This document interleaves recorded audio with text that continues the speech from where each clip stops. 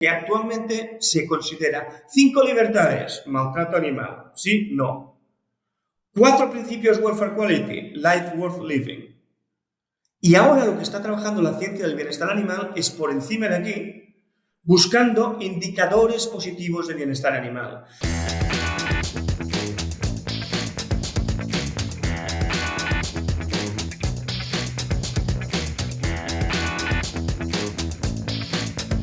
Hola, soy Guillermo Ramis y hoy voy a ser vuestro anfitrión en un nuevo episodio de Porticast en el que contamos con el honor de tener a Antoni Dalmau. Toni, ¿cómo estás? Muy bien, muchas gracias. Pues lo primero que queremos es agradecerte que le regales a nuestra audiencia lo más preciado que tienes, que es tu tiempo, y que nos regales además pues tu conocimiento sobre los temas que vamos a tratar.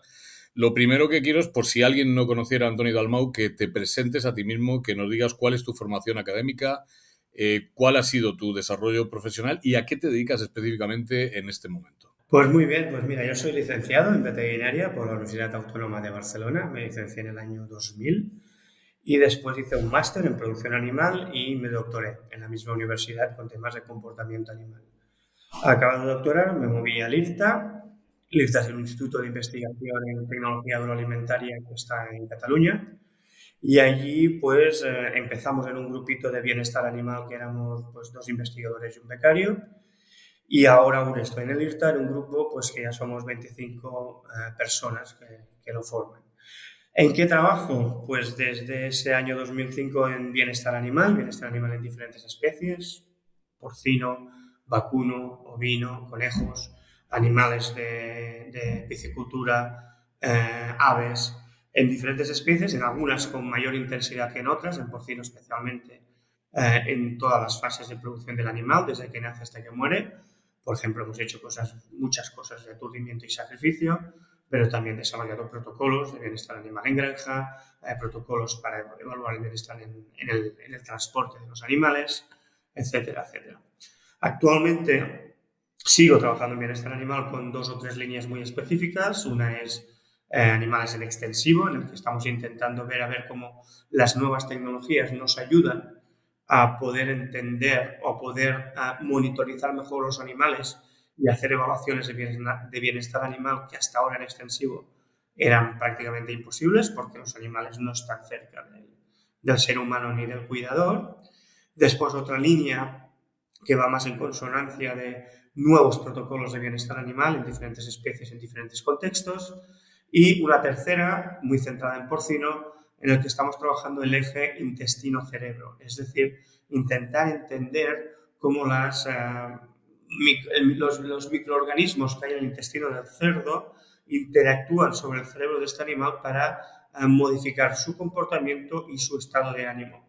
Y cómo entendiendo estos mecanismos podemos a la larga llegar a poder cambiar esos estados de ánimo y esos estados de comportamiento para hacer los animales más resilientes en las granjas y más resilientes en los sistemas productivos en los que las tenemos. Es decir, un cerdo que está en una granja intensiva hoy en España no necesitaría por qué tener los mismos o las mismas necesidades de comportamiento que su ancestro el jabalí. Y muchos de los problemas de bienestar que tenemos es porque mantienen unas necesidades de comportamiento que igual en el futuro somos capaces de modular pues utilizando estos microorganismos que tienen en el intestino. Joder, la verdad es que es fascinante. Ya nuestra audiencia se imagina que volvemos a revisitar uno de los temas que es recurrente en Porticast, que es el bienestar animal. Antes de empezar, Toni, es que es interesantísimo una de las cosas que has dicho, que es la evaluación del bienestar en extensivo, porque la gente, el consumidor, identifica el extensivo como el mayor nivel de bienestar que se le puede dar a un animal. Vamos a dedicarle 2 minutos a esto.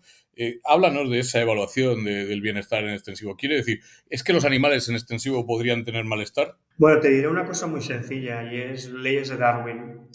Darwin nos dice que los animales mejor adaptados al entorno son los que sobreviven y los demás no lo hacen. Y no lo hacen ¿por qué? Porque el entorno por definición es hostil.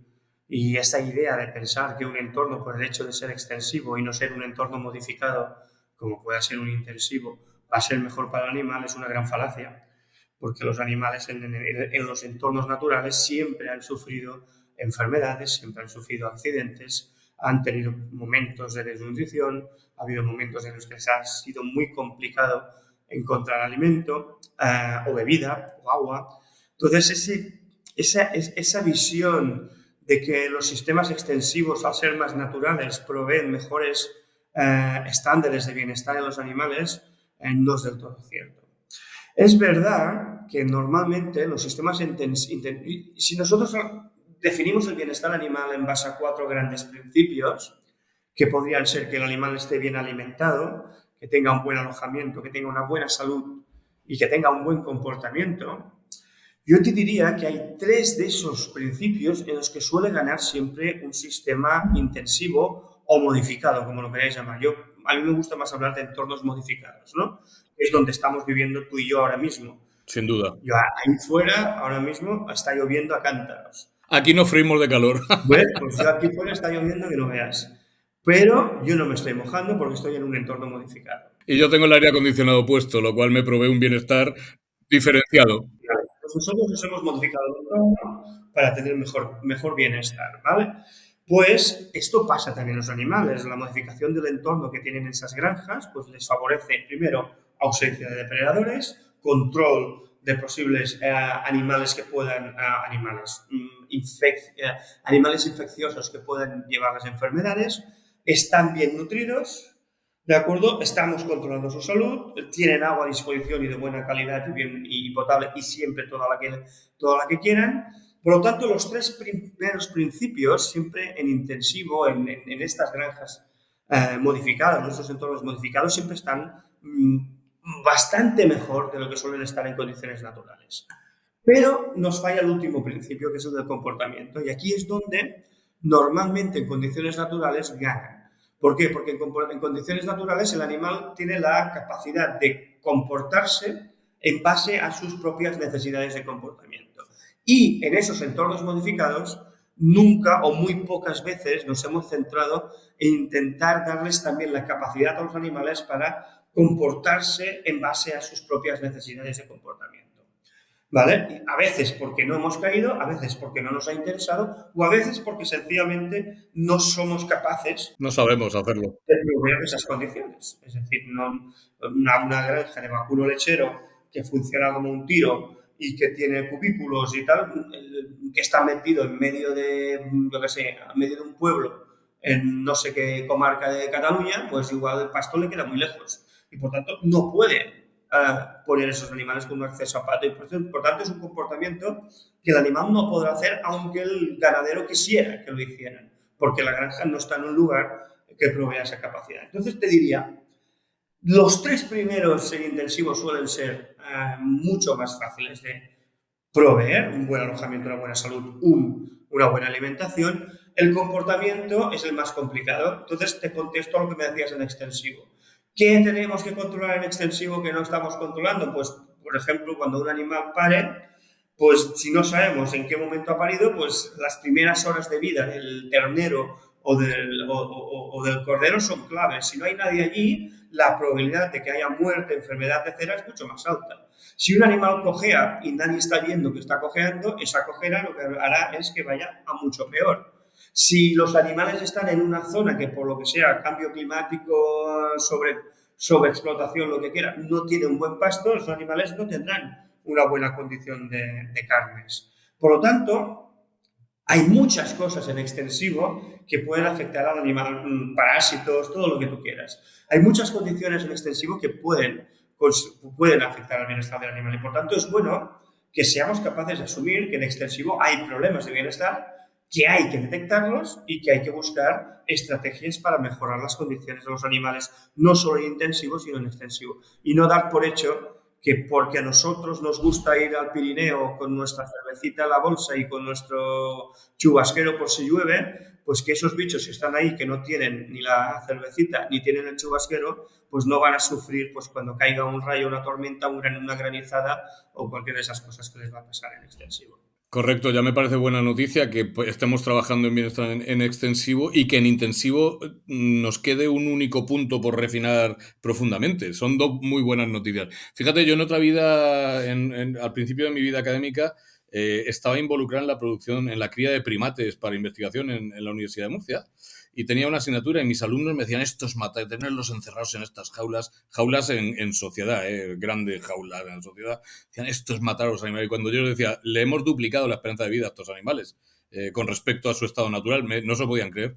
No es verdad, digo, sí, es verdad. Les damos de comer todos los días, tienen la alimentación asegurada y le hemos evitado la depredación. Bueno, pues esto a veces pues, lleva a confusión. Vamos a hablar de eso precisamente, Tony. Vamos a hablar del concepto de bienestar. Vamos a hablar de cómo ha cambiado el concepto de bienestar, cuál era el que teníamos, cuál tenemos ahora y hacia qué concepto deberíamos de mover pues nuestra, no iba a decir creencia, pero no, nuestra ciencia sobre el bienestar. Mira, la ciencia del bienestar animal, yo te diría que nace en los 60 en Reino Unido. Hubo una escritora, que es Ruth Harrison, que escribió un libro que se llamaba Animal Machines y denunciaba pues, que en las granjas de aquel momento pues los animales no se les tenía en cuenta necesidades básicas de bienestar animal y se trataban mal. El gobierno del Reino Unido creó un comité, se llamó el Comité Bramble, y ese comité tenía como función pues, definir el bienestar animal. Bueno, pues vamos a ver cómo definimos el bienestar animal. Ese comité se encontró con un problema y es que no había una definición universal de bienestar animal. Empiezan a discutir, otras no se ponen de acuerdo. ¿Por qué? Porque la definición universal de bienestar animal es la misma que deberíamos utilizar para humanos. Es decir, ¿qué es el bienestar humano? El bienestar humano es cuando yo te pregunto cómo estás y tú me dices bien, ¿de acuerdo? Te sientas bien. ¿Y por qué te sientes bien? Porque tu estado emocional es bueno. Es decir, el bienestar humano es un estado puramente emocional. Cuando alguien me dice a veces, no, pero depende de la salud, digo, sí y no. Porque, yo qué sé, te encuentras un colega a las 8 de la mañana, le dices, oye, ¿tú cómo estás? Y dice, no, estoy muy bien, vale, perfecto, y no lo ves más, ¿no? Y por la tarde lo vuelves a ver, ostras, nos vemos 2 veces el mismo día, ¿no? ¿Cómo estás? Estoy fatal, ostras, pues esta mañana estabas bien. ¿Qué ha pasado? Digo, nada, que he ido al médico al mediodía y me ha dicho que estoy enfermo. Digo, amigo, pero es que resulta que a las 8 de la mañana ya estabas enfermo y tú estabas bien. Es decir, ¿por qué? Porque ha sido cuando eres consciente que estás enfermo, es que entonces te afecta al cerebro, te afecta a tu estado emocional, y entonces dices, estoy mal, y te sientes mal, y estás mal. Y si esa enfermedad te hubiera dado dolor, que es una emoción, estarías mal porque tienes dolor. Pero si no te da síntomas dolorosos, pues no te enteras y tú estás bien. Entonces el bienestar humano es un estado puramente emocional. Y por eso mucha gente dice, no depende del dinero. No. Efectivamente, es que depende de cada uno cómo vive su entorno en ese momento. Y además es cambiante a lo largo del tiempo. Por lo tanto, cuando se definió el bienestar animal, digo, hostias, pues el bienestar animal debería ser lo mismo. Debería ser sencillamente el estado mental, el estado emocional del animal. Problema, en humanos no podemos medir las emociones. Es decir, tú vas al médico y dices, doctor, me duele el brazo y te da un analgésico. ¿Funciona? Perfecto. ¿No funciona? Volverás al cabo de 3 días. Y el tío dirá, pues te tomas el doble de dosis o te doy este que es más fuerte. Pero no tiene forma humana de saber qué grado de dolor sientes, porque eso no es contabilizable, no lo podemos cuantificar. Y no lo puedo cuantificar en humanos y no lo puedo cuantificar en animales. Y por tanto, cuando yo voy a una granja no puedo valorarle a un tío pues si las vacas son más felices o menos felices o los cerdos están más satisfechos o menos satisfechos con su vida porque no tengo esos indicadores. Por tanto, esta definición, que es la universal en animales no nos sirve para trabajar con ella y por tanto se apartó. Entonces sale una alternativa a esa definición, que es la que hemos hablado hace un momento. Hay gente que dice, ostras, condiciones naturales, ¿no? Cuanto más naturales sean las condiciones en las que tengas el animal, mejor será su bienestar, porque vienen de ahí. Problema, ya lo hemos hablado, es una falacia, ¿de acuerdo? Es una falacia absoluta, ¿de acuerdo? Está basado en un principio que es falso y es que hay un Dios naturaleza que provee seguridad y bienestar a todos los seres vivos, y eso no es verdad. Porque si lo hiciéramos para la leona, pues las gacelas ya no existirían, y si lo hiciéramos para las gacelas, las leonas ya no existirían. Por lo tanto, eso no es así en la realidad. Por tanto, es una definición que tampoco nos servía. Aunque sí que se rescató una pequeña parte, que es la que hablábamos antes, es decir, bueno, sí que hay una pequeña parte interesante de esta definición, y es que en condiciones naturales es cuando ves qué necesita un cerdo para ser un cerdo, o qué necesita una vaca para ser una vaca, o qué necesita un pollo para ser un pollo. Por tanto, vamos a rescatar una parte de esa definición, que es que las condiciones naturales nos permiten ver cuáles son las necesidades de comportamiento de los animales. Y ahora te lo aparto aquí un momento porque lo voy a recuperar dentro de un ratito. La tercera definición, porque la primera no nos sirve, la segunda a nivel general tampoco, porque se basa en una falacia, la tercera se basaba en el principio tan sencillo que he dicho antes de que vivimos en un entorno hostil.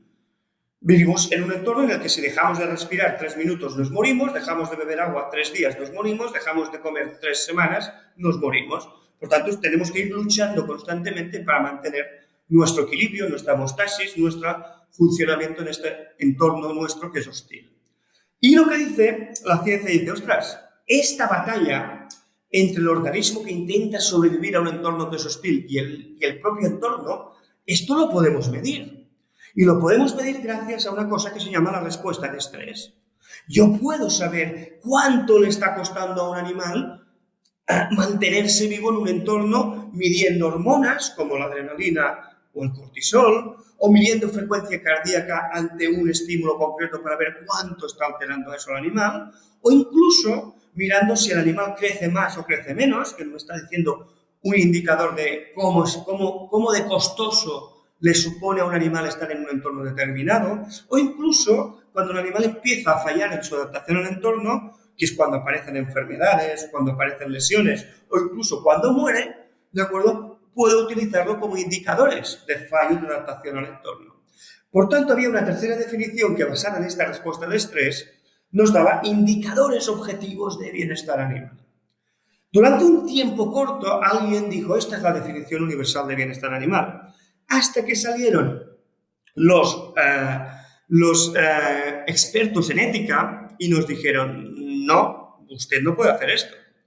Porque claro, usted cuando habla del bienestar humano, habla de estados emocionales. Y en cambio, cuando habla del bienestar de los animales, habla de la respuesta al estrés. Por tanto, entendemos que para usted científico es mucho más fácil trabajar con la definición de respuesta al estrés, pero usted tiene que ser consciente que no puede vender que esta es la definición universal de bienestar animal. Por tanto, tiene que buscar una definición alternativa. Entonces, este comité de Bramble lo que hizo es combinar estas 3 definiciones en una gran definición única que llamaron las 5 libertades.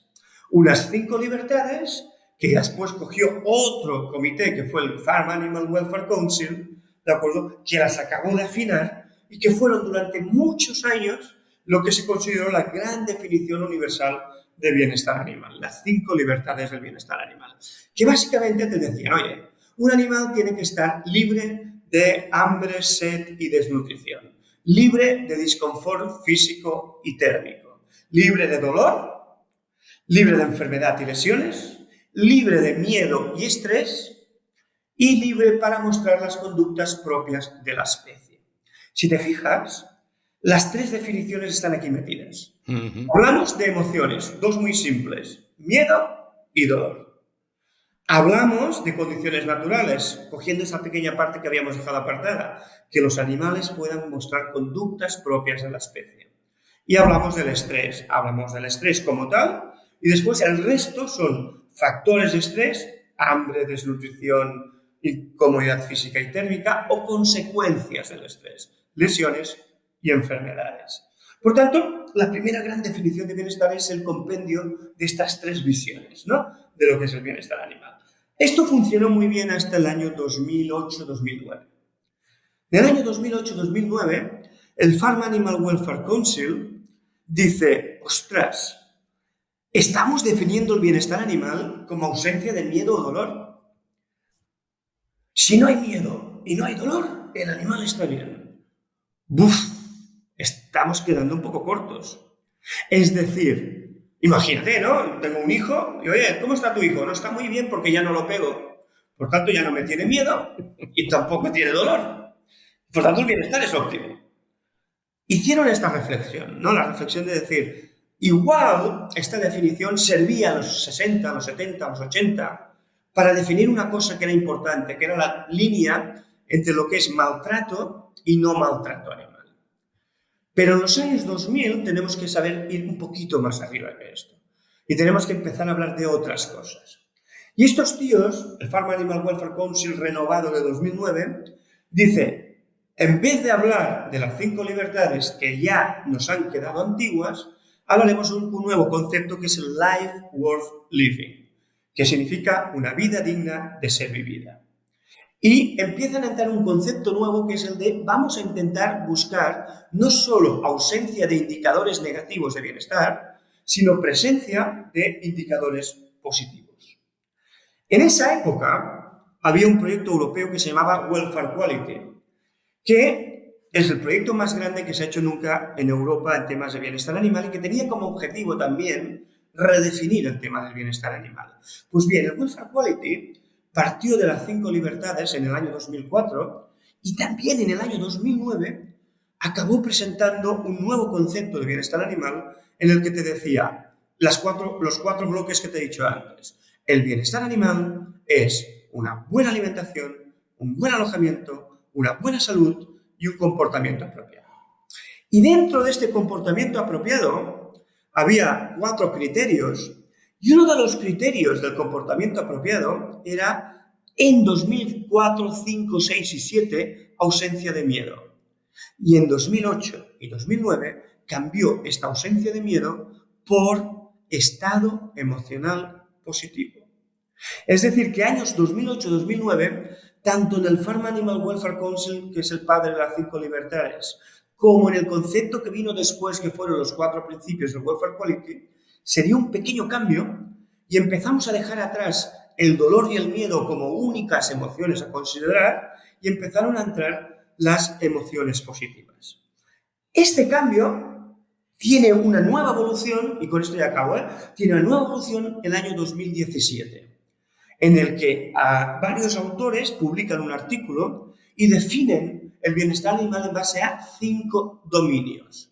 Y dicen, mira, el bienestar animal en realidad son los 4 principios del Welfare Quality, es decir, hablan de una buena nutrición en vez de una buena alimentación, hablan de un buen entorno en vez de un buen alojamiento, porque intenta cubrir todo, habla de una buena salud, hablan de un buen comportamiento, y lo que te hacen estos tíos es te sacan el criterio que teníamos aquí de estado emocional positivo y te lo convierten en un 5.º dominio y le llaman el estado mental.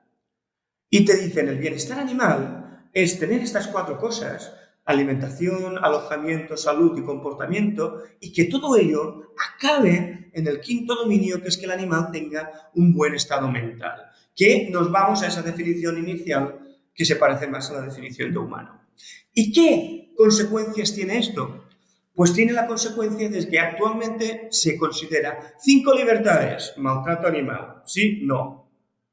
4 principios Welfare Quality, Life Worth Living. Y ahora lo que está trabajando la ciencia del bienestar animal es por encima de aquí, buscando indicadores positivos de bienestar animal. Que aquí les diría a la audiencia que si miráis en Google y ponéis Animal Welfare Lift, ascensor, fijaos que estamos subiendo pisos, ¿de acuerdo? Pues ponéis Animal Welfare Lift, veréis que hay una Action Cost en la Unión Europea que está destinada a buscar nuevos indicadores de bienestar animal basados en cosas positivas en el animal. Y de aquí sale otro proyecto muy grande que se está empezando a hacer ahora en Europa, que se llama el European Partnership en Animal Health y Animal Welfare, que tiene un objetivo similar, que es ir a buscar indicadores de bienestar positivo. Por tanto, la historia viene de esas 5 libertades que teníamos en los 60-70 a los 5 dominios que tenemos en esta década de los 20 y en el siglo XXI. Bendito sea el creador, qué clase magistral acabas de dar sobre la evolución del bienestar animal. No pares, decía, ahora, y ya esto lo último, no, por favor, no pares.